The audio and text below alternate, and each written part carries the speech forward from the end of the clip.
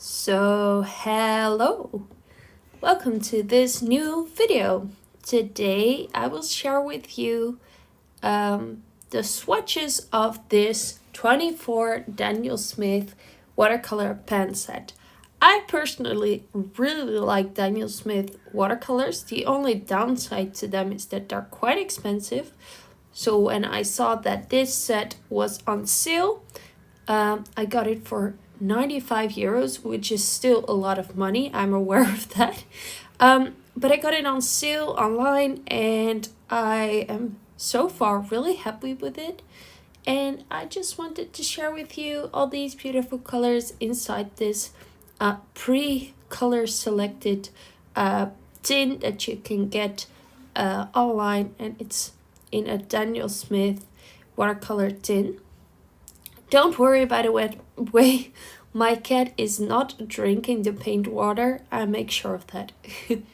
So I already swatched two colors, and the first color is Buff Titanium, which is a great color for mixing neutrals, mixing pastels, mixing like fur or whatever. So yeah, Buff Titanium is a color that I really enjoy using. I didn't own that one in an artist grade color before. I do have it from Van Gogh, but I didn't have it in an artist grade color, so I'm really happy with that. And then next to it we have this Hansa Yellow Light, which is your super bright, vibrant yellow. Personally, I don't really like this yellow on its own, but it's a great color for mixing. And then next to that we have Quercerdon Gold, which is a color that is really, really beautiful.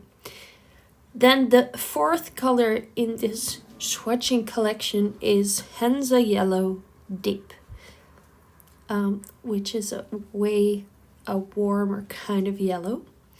Then next to that we have Pyrrole Scarlet, which is this bright red color. And I'm not really much of a fan of red, but I have to say that I do really enjoy this bright red color. So maybe this is my favorite primary color that I own so far. And then fifth, we have, this is hard, Permanent Alizarin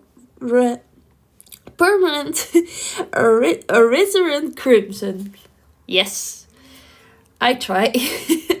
But it's this beautiful warmer red. And then next to that one we have the last reddish color, which is Quercerdon Rose, and it is more of a pink than a red. And now we are swatching the ultramarine blue, which I'm sure most of you know it's a great color as a primary blue color in your set. The second great mixing color in this set is the cerulean blue. These names, cerulean blue corymbium. I hope I said that right. And then the third blue color is phthalo blue green shade. And this color really surprised me. I enjoy it a lot. It's beautiful, beautiful color.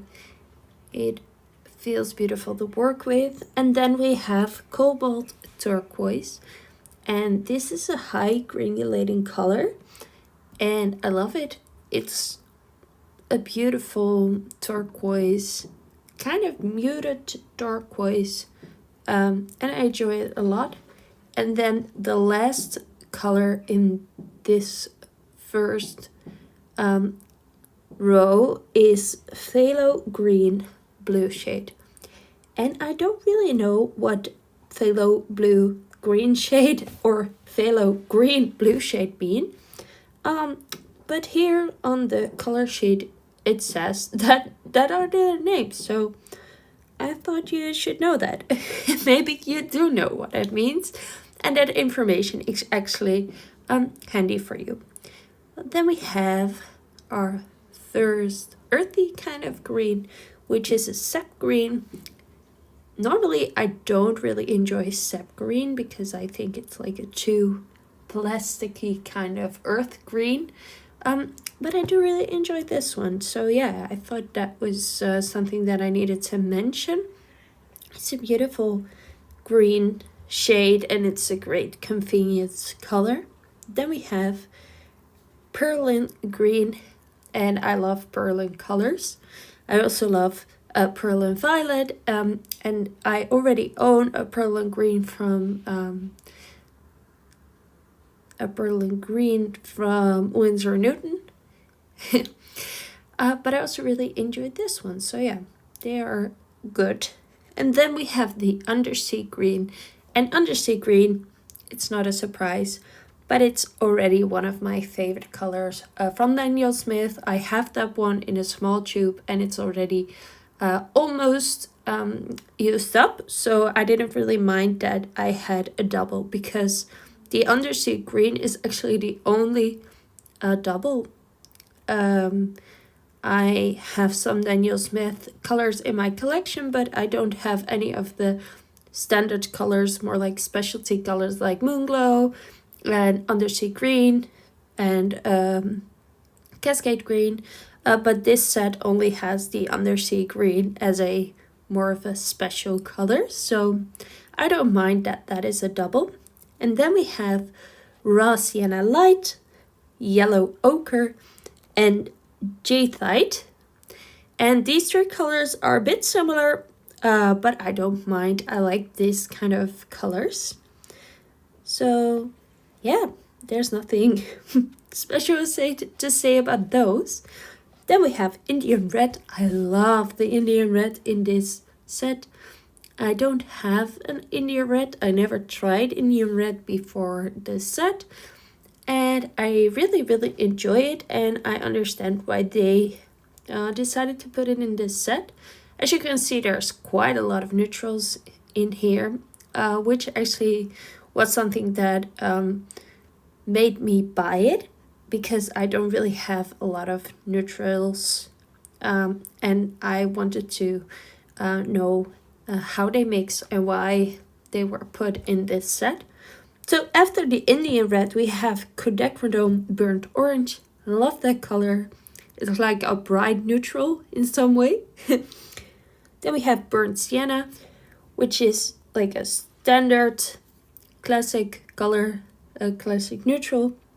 After that, we have burnt umber, raw umber, and last but not least, Jane's Grey, which I love grays, and I have to say that this Jane's Grey color is one of my favorites in this set. So yeah, that's great. So here I am showing you the mixability of this set. I think that this set offers you everything you need. I think you can almost create any color you would like from this set. So here I am grabbing the ultramarine blue, the scarlet, Berlin scarlet, which is a red that I enjoy, and the Hansa yellow deep. And I am using these as my primary colors to mix some secondary colors. So here you can see me mix a green, almost picked the wrong yellow there. And it's like that moody kind of green. I like this mix. And I am also mixing it with some extra water so I can show you how it looks when it is bit more watered down, so you can see the lighter versions and you can see how the pigments of the yellow and the blue work together, because the ultramarine blue is a granulating color and the Hansa yellow deep is not. And here I am making an orange, and I'm sorry for the focusing of the camera. And last I am mixing a purple, and it's a very moody purple. And now you can also see that one when it's watered down. As you can see, you have 3 colors and now you have 6, and you can mix more colors. There are a lot of great color theory videos on YouTube. I'm not really super well educated when it comes to color mixing. I just remember like the classic primary colors and then the colors that I know are in the printer, which is the second color wheel that I'm making here. And we have the cerulean blue chromium, the Hansa yellow light, and the quercerdome rose. And I'm using those three colors to mix a green, orange, and purple again.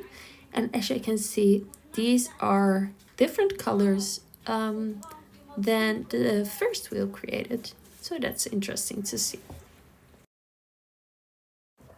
And now as I'm doing the voiceover, I can see that I didn't put the colors down in the same way, of course, because I am a creative, chaotic person. You can also be creative and not chaotic, of course. There are a lot of different people, but I'm definitely creative and chaotic. So, yeah, on the bottom color wheel, we have the yellow, blue, and red in a different order, but that's okay. And here I really was surprised by this orange. I like this mix a lot. And it also looks really cool on paper. So those are two really quick color wheels. And if you've never done this before, try it. It's really fun to make a color wheel. It doesn't have to be perfect. You can make it messy, just like mine. But it really helps you to understand how to use color. So I can't really tell you that much about color theory, but I know how to use color and how to mix the colors that I desire. And now I am just showing you some of the favorite colors in this palette, a little bit more spread out with a lot more water. You can see how they run down beautifully. And it's definitely not a surprise to me that I obviously picked more moody colors and also a lot of greens. And here we have the quercerdome burnt orange, which is so beautiful, like that bright neutral kind of color. It dries a little bit more dull than it is right now, but that's okay. And then here we have that same effect. I really like it when colors are, we have more pigment, a different kind of color than when you water them down. They have a lot of color variety when it comes to one color. So yeah, enjoy that. And here we have the Indian red, and I already told during the swatching of the colors which ones are my favorites, but it's also for my own enjoyment that I thought, ooh, I wanted to see them a bit more in depth. And my cat was running down the screen because he got food, and you know, cats like food. And here I am putting down this cobalt turquoise. When I first got the set, I actually wasn't that fond of this one, but then I started working with it, and I really enjoyed the strong granulation a lot, as you can see well on camera right now. And of course, I'm also showing you this Jane's Gray. So not Payne's Gray, but Jane's Gray with a G. And now it is time to stop the voiceover and jump into me when I saw all these swatching. And I will tell you a bit more about these paints. So these are all the colors, and you have a great color selection to choose from. You have a lot of colors that you can mix well with, like the primary classic and the primary modern. I don't know if that's the right way to call them, but that's how I see them. So this is like your Mondrian kind of color palette, and these you have the same colors that are in the printer, and then you can mix a lot with those. And then here I have a section of my favorite colors on their own. So you also have a lot of like great colors. What I like about this palette is that it has everything you need and more, and it doesn't have colors that I don't use, like a white. You don't have a white, you have a buff titanium, which is better because I don't use white. I never use white. I use white gouache, but I don't use white watercolor. But what I want to have more like a pastel kind of color, then I would use titanium buff. So that's great. And then here we have like these beautiful neutrals. You have a lot of neutrals in this palette. When I first started watercolor, I didn't understand why you would have so many neutrals, but now I can totally appreciate why I have so many neutrals. So yeah, this is the Daniel Smith palette. I will hold the little folder here for the camera so you can see all that we have. If you would get this, I would recommend you keep this. We have buff titanium, hazel yellow light, quadacrodome gold, hazel yellow deep, pearl scarlet, permanent alizarin crimson, quadacrodome rose, ultramarine blue, cerulean blue, corymbium, phthalo blue green shade, cobalt turquoise, phthalo green blue shade.